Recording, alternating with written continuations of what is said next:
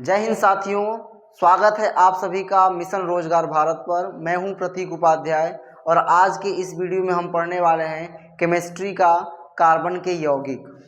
तो carbon compound में से ग्रुप डी में बहुत सारे क्वेश्चन आते रहते हैं।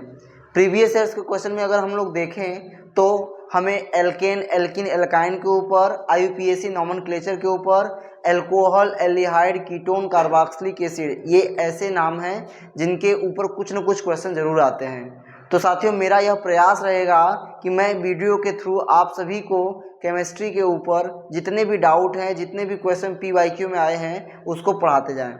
तो देखिए, सबसे पहले कार्बन क्या होता है, क्योंकि कार्बन कंपाउंड में सबसे पहले हमें कार्बन के बारे में जानना होता है और कार्बन कंपाउंड में हमेशा हमें हाइड्रोकार्बन के बारे में पढ़ना होता है। हाइड्रोकार्बन क्या होता है? ऐसे यौगिक जो हाइड्रोजन और कार्बन दोनों से मिलकर बने होते हैं, उनको हम हाइड्रोकार्बन बोलते हैं। तो नियमतः हम पहले कार्बन के बारे में समझते हैं। तो कार्बन जो होता है उसका एटॉमिक नंबर, परमाणु क्रमांक 6 होता है। हम अगर पीरियोडिक टेबल में देखेंगे तो hydrogen, helium, lithium, beryllium, boron, carbon, nitrogen, oxygen, fluorine, neon, इसमें हमने अभी बीच में आपको कार्बन बताया। तो कार्बन किसके स्थान पे आता है? 6 नंबर पे आता है। Hydrogen, helium, lithium, beryllium, boron, carbon 6 number पे आया, इसलिए इसका परमाणु क्रमांक 6 हो गया। अब परमाणु मास, परमाणु भार की बात करें, मतलब एटॉमिक मास की बात करें, तो हमेशा परमाणु क्रमांक का जस्ट डबल या उससे कुछ ज़्यादा या कुछ कम ही होते हैं परमाणु भार। नियमतः आप ये देखें कि कुछ के ऐसे होते हैं कि उसके परमाणु क्रमांक से डबल हो जाते हैं, कुछ के उससे कुछ कम और कुछ ज़्यादा होते हैं। तो परमाणु क्रमांक 6 है तो परमाणु भार इसका 12 हो जाएगा, 12 हो जाएगा। अब कार्बन का जो सिंबल होता है वो C होता है। अगर हम इसको परमाणु क्रमांक में और परमाणु भार में साथ में देखेंगे तो इस तरह से C, यहाँ 6 और यहाँ 12 देखते हैं। हमेशा जो हमारा रासायनिक यौगिक होगा, रासायनिक एटम होगा, उसका परमाणु क्रमांक को हम हमेशा नीचे रखते हैं और परमाणु भार को ऊपर रखते हैं। तो ये हमारा इसका सिंबल C हो गया। अब इसके हमारे दैनिक जीवन में बहुत सारे हमने अपर रूप पढ़ने होते हैं। अपर रूप का मतलब एलोट्रॉप। तो एलोट्रॉप क्या होते हैं? इसके 3 एलोट्रॉप होते हैं कार्बन के। पहला है हीरा, दूसरा ग्रेफाइट, तीसरा फुलरेंस। हीरा, ग्रेफाइट तो हम लोगों को पढ़ना ही है। फुलरेंस जो होता है वो C60, मतलब कार्बन के पास एक स्पेशल प्रॉपर्टी होता है, उसको बोलते हैं कैटेनेशन। कैटेनेशन का मतलब ये होता है कार्बन बहुत सारे अलग अलग कार्बन से जुड़ के एक नया कंपाउंड बनाता है। तो कार्बन के पास स्पेशल प्रॉपर्टी होता है कि वो 60 कार्बन को आपस में जोड़ के एक नया कंपाउंड बना सकता है। तो वो 60 कार्बन को जोड़ने के बाद बनता है फुलरेंस। तो हमने अभी पढ़ा कि कार्बन के कितने अपर रूप होते हैं। तो कार्बन के 3 अपर रूप हैं। पहला है डायमंड, दूसरा है ग्रेफाइट, तीसरा है फुलरेंस। अब हम आगे पढ़ने वाले हैं कार्बन के यौगिक, जिसमें एल्कीन, एल्केन, एल्काइन, इन तीनों के बारे में पढ़ेंगे। फिर alcohol, aldehyde, ketone, carboxylic acid, इनके बारे में थोड़ी थोड़ी जानकारी हम लोग जान लेंगे कि कैसे पहचानेंगे कि किसी भी दिए हुए हमारे पास यौगिक में कौन एल्कोहल है, कौन एल्डिहाइड है, कौन कीटोन है, कौन कार्बोक्सिलिक एसिड। इस तरह से हम लोगों को पता करना होता है। एक चीज़ और मैं आपको बताना चाहता हूँ, कार्बन का वैलेंसी। वैलेंसी मतलब हो गया संयोजकता। संयोजकता, इसका संयोजकता 4 होता है। कैसे ये पता चला? जब आप बोर-बोरी मॉडल में पढ़ेंगे कि कार्बन का जो न्यूक्लियस होता है उसमें प्रोटॉन और न्यूट्रॉन होते हैं, इसके चारों तरफ अलग अलग ऑर्बिट में इलेक्ट्रॉन रिवॉल्व करते रहते हैं। तो देखिए, इसके न्यूक्लियस के बगल वाले में हम 2 इलेक्ट्रॉन मैक्सिमम भर सकते हैं। तो कार्बन का जो टोटल इलेक्ट्रॉन कितने हैं? 6 हैं। उसमें से पहले वाले में हम 2 भरेंगे, दूसरे वाले में कितने भरेंगे? 4 भरेंगे। तो पहले वाले में हमने 2 भर दिया और दूसरे वाले में हमने 4 भर दिया। तो ये जो 4 इलेक्ट्रॉन मैंने आउटर मोस्ट सेल में रखा है, बाहरी कक्षा में जो हम लोगों ने 4 इलेक्ट्रॉन भरा है, वही उसकी संयोजकता होती है। आप दूसरे भाषा में बोल सकते हैं कि परमाणु अभिक्रिया में कितने इलेक्ट्रॉन भाग लेते हैं, उन्हीं को उसकी संयोजकता बोली जाती है। तो कार्बन के कितने इलेक्ट्रॉन जो है भाग लेते होंगे? 4 इलेक्ट्रॉन भाग लेते हैं, इसलिए कार्बन की जो संयोजकता है वो 4 है। इतना आपको समझ में और आया होगा और इसको आप अपने नोट्स में जरूर लिखते हैं। तो साथियों, अब हम लोग पढ़ने वाले हैं एल्केन, एल्कीन एंड एल्काइन के बारे में। तो एल्केन का फार्मूला क्या होता है? CnH2n+2। जब भी कार्बन और हाइड्रोजन के बीच में सिंगल बॉन्ड होता है तो ऐसे यौगिक को हम एल्केन बोलते हैं। और दूसरा होता है एल्कीन। एल्कीन में फार्मूला होता है CnH2n। तो कार्बन और हाइड्रोजन के बीच में जब दो कार्बन के बीच में लगातार डबल बॉन्ड होता है तो उसको हम एल्कीन बोलते हैं। और एल्काइन क्या होता है, जब दो कार्बन के बीच में ट्रिपल बॉन्ड आ जाए तो उसको हम एल्काइन बोलते हैं। और कार्बन का हमेशा हम संयोजकता पूर्ण करते हैं हाइड्रोजन से। हाइड्रोजन हमेशा कार्बन के साथ जुड़ा होगा, कहीं कहीं पे हाइड्रोजन ऑक्सीजन और कार्बन के साथ यौगिक बनते हैं। तो जब कार्बन हाइड्रोजन सिर्फ रहेगा तो उसको हम एल्केन एल्किन एल्काइन के नाम से देंगे, लेकिन जब हाइड्रोजन ऑक्सीजन और कार्बन रहेगा तो उसको हम alcohol, aldehyde, ketone, carboxylic acid में ले आते हैं, जो कि हम आगे पढ़ने वाले हैं। तो देखिए मैंने बताया एल्केन का फार्मूला क्या होता है CnH2n+2, और इसमें सिर्फ कार्बन और कार्बन के बीच में सिंगल बॉन्ड होती हैं, सिंगल बॉन्ड, जिसको हम सिग्मा बॉन्ड बोलते हैं। एल्कीन में कार्बन और कार्बन के बीच में डबल बॉन्ड होते हैं, एक सिग्मा बॉन्ड होता है और एक पाई बॉन्ड होता है। और एल्काइन में कार्बन और कार्बन के बीच में ट्रिपल बॉन्ड होता है, जिसमें एक सिग्मा बॉन्ड और दो पाई बॉन्ड होते हैं, ऊपर और नीचे पाई बॉन्ड होते हैं। पाई बॉन्ड जो होते हैं वो वीक बॉन्ड होते हैं, कमज़ोर होते हैं, और सिग्मा बॉन्ड जो होते हैं स्ट्रांग होते हैं। जैसे मान लीजिए अगर कोई हमारे पास ऐसा यौगिक है जिसमें बाहर से हमने हीट दिया तो सबसे पहले जो टूटेगा वो पाई बॉन्ड टूटेगा, ये दोनों पाई बॉन्ड टूट जाएंगे और बचेगा क्या, सिग्मा बॉन्ड। सिग्मा बॉन्ड को तोड़ने के लिए हमें ज़्यादा हीट की जरूरत पड़ती है, और ये पाई बॉन्ड को हम आसानी से तोड़ सकते हैं। आप ऐसा कह सकते हैं कि हम सिग्मा बॉन्ड को तोड़ने के लिए ज़्यादा हीट की जरूरत पड़ती है और आसानी से जो टूट जाए वो पाई बॉन्ड है।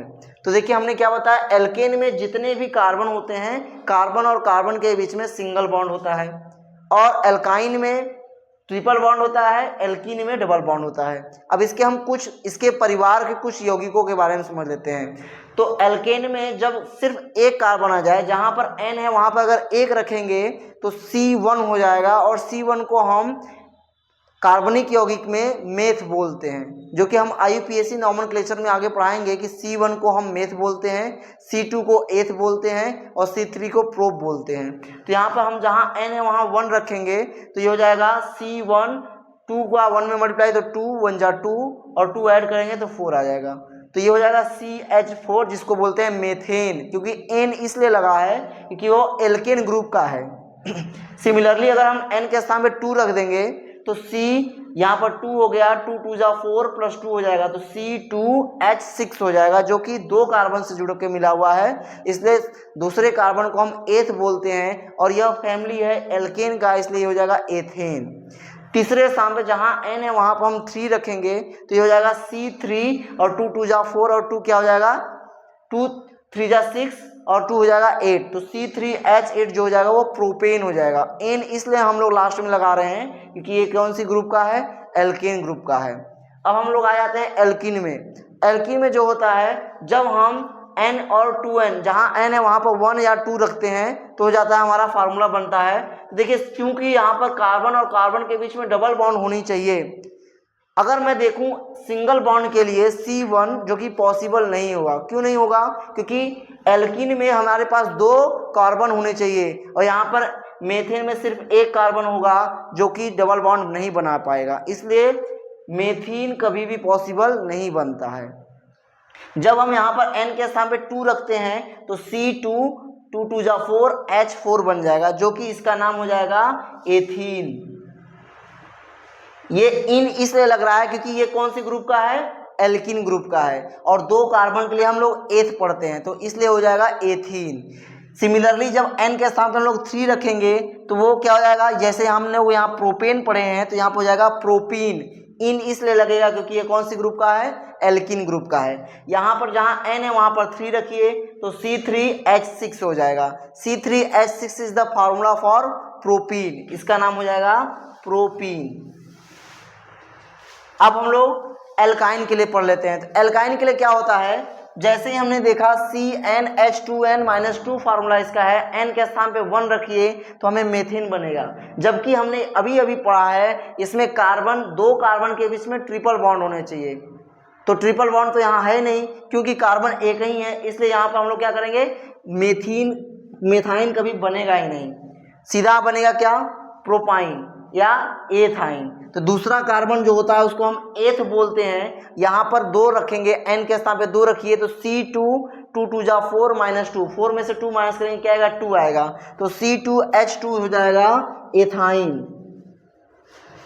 ये फार्मूला हो जाएगा एथाइन का। इसका जो फिगर बनेगा उसको भी मैं बता दूंगा अभी। और फिर तीसरे कार्बन के लिए यहाँ n के स्थान पे 3 रखिए तो C3 3 2 जा 6 -2 करेंगे तो C3H4 is the formula for propyne. तो अभी मैंने क्या बताया कि कार्बनिक यौगिक में विशेषता सबसे इंपॉर्टेंट जो होते हैं वो हाइड्रोकार्बन होते हैं। उन हाइड्रोकार्बन में कार्बन और हाइड्रोजन से मिलकर कुछ यौगिक बनते हैं। वो कौन कौन से होते हैं? वो होते हैं alkane, alkene and alkyne. Alkane, alkene, alkyne में कुछ उसके फैमिली के मेंबर होते हैं जिनके बारे में मैंने बता दिया, मेथेन, एथेन, प्रोपेन इसमें होते हैं एल्केन वाले में। इसमें एथीन एंड प्रोपीन होता है और इसमें होता है एथाइन एंड प्रोपाइन। तो याद रखिएगा कभी भी मेथीन नहीं बनता और मेथाइन नहीं बनता। क्यों नहीं बनता? क्योंकि 2 कार्बन के बीच में डबल बॉन्ड पॉसिबल होना चाहिए, जबकि एल्कीन और एल्काइन में 2 कार्बन C2 से बनता है, C1 से नहीं बनता, इसलिए एथीन और एथाइन नहीं बनते। तो साथियों अब हम लोग पढ़ने वाले हैं alcohol, aldehyde, ketone and acid के बारे में। तो अल्कोहल को हम कैसे पहचानेंगे कि यह यौगिक जो है वो अल्कोहल है? तो जहाँ कहीं भी जो भी सूत्र दिया हुआ है उसमें OH लगा हुआ रहेगा लास्ट में, तो उस सूत्र को पढ़ते ही हम लोग समझ जाएंगे कि वह कार्बनिक यौगिक जो है वो अल्कोहल है। अब वो OH जो लगा रहेगा वो लास्ट में OH इस तरह से लगाना चाहिए और बॉन्ड होना चाहिए इस तरह से। और एल्डिहाइड में CHO होना चाहिए। CHO का मतलब C double bond O and H, इस तरह से अगर लगा रहेगा तो वह एल्डिहाइड हो गया। और कीटोन में CO है, C डबल बॉन्ड O, इस तरह से अगर लगा रहेगा तो हो जाएगा कीटोन। और कार्बोक्सिलिक एसिड में COOH लगा रहेगा तो C डबल बॉन्ड O फिर O फिर H, मतलब ये OH भी लगा रहेगा और C डबल बॉन्ड O भी लगा रहेगा। मतलब इसमें आप देखें तो कीटोन का भी ये यौगिक CO है और OH अल्कोहल का भी लगा हुआ है, इसलिए इसको हम लोग एसिड बोलते हैं, कार्बोक्सिलिक एसिड बोलते हैं इसमें। तो देखिए इसमें कुछ फैमिली मेंबर हैं उसके बारे में हम लोग समझ लेते हैं। तो सबसे पहला होता है CH3OH। इसमें कितने कार्बन है? 1 कार्बन है, तो इसको हम बोलेंगे मेथेनॉल। मेथेनॉल ऑल इसलिए पढ़ रहे हैं क्योंकि ये अल्कोहल है। अल्कोहल में लास्ट में ऑल लगाते हैं हम लोग, और एल्डिहाइड में हम लोग ऑल लगाते हैं। इसको ऑल पढ़ते हैं, इसको ओन पढ़ते हैं और इसको एसिड पढ़ते हैं। तो देखें तो CH3OH मतलब मेथेनॉल। दूसरा कार्बन आ जाएगा C2H5OH जो कि एथेनॉल है, एथेनॉल, क्योंकि कार्बन 2 को हम लोग बोलते हैं एथेन, एथ, और कार्बन 3 को हम लोग क्या बोलते हैं? प्रोप। तो ये हो जाएगा प्रोपेनॉल। ये हो गया प्रोपेनॉल, ये हो गया एथेनॉल, ये हो गया CHO, इसका सिंबल है। तो HCHO जो हो जाएगा वो क्या हो जाएगा? इसको हम लोग बोलेंगे सिंगल कार्बन है, 1 कार्बन है, तो इसलिए बोलेंगे हम लोग इसको मेथेनॉल। डबल कार्बन है, एक यहाँ कार्बन एक यहाँ कार्बन, और हम लोग CHO से समझेंगे कि एल्डिहाइड है, तो ये डबल को हम लोग बोलेंगे प्रोपेनॉल। अल, यहाँ ऑल बोल रहे हैं, यहाँ पर अल बोल रहे हैं। और CH3CH2OH में क्या होगा? 3 कार्बन, 1 2 3 कार्बन, तो मेथ एथ प्रोप, तो ये हो जाएगा प्रोपेनॉल। सिमिलरली अगर हम लोग कीटोन की बात करें तो कीटोन में CO लगाना चाहिए, और ये सिंगल कार्बन डबल कार्बन में यौगिक नहीं बनाता, सीधा ट्रिपल कार्बन में यौगिक बनाता है, जो कि होगा CH3COCH3। ये CH3, ये CH3 अलग हो गया, ये CO बॉन्ड हमें यहाँ दिखा रहा है कि ये क्या कौन सा है? अल्कोहल कीटोन है, इसलिए मेथ एथ प्रोप, तो क्या हो जाएगा? प्रोपेनोन। ये फार्मूला हो जाएगा प्रोपेनोन। सिमिलरली अगर एसिड की बात करें तो इसको पढ़ते हुए हम लोग बोलते हैं methanoic acid, ethanoic acid and propanoic acid. ये COOH से हम लोग ये समझेंगे कि एसिड ग्रुप का है। यहाँ पर HCOOH को हम लोग देखेंगे क्योंकि इसमें सिंगल कार्बन है, इसलिए हो जाएगा methanoic acid. Double carbon CH3COOH, COOH ये दिखाता है कि ये एसिड ग्रुप का है, और 2 कार्बन इसलिए ये हो जाएगा एथेनोइक एसिड। एंड यहाँ देखिए CH3CH2COOH, ये दिखाता है इसमें कितने कार्बन है, 1 2 3, 3 कार्बन, तो 3 कार्बन को हम लोग प्रोपेनोइक एसिड पढ़ेंगे। Meth, eth, prop, but, pent, hex, hept. कल के क्लास में हम लोगों को IUPAC नॉमेनक्लेचर ही पढ़ना है।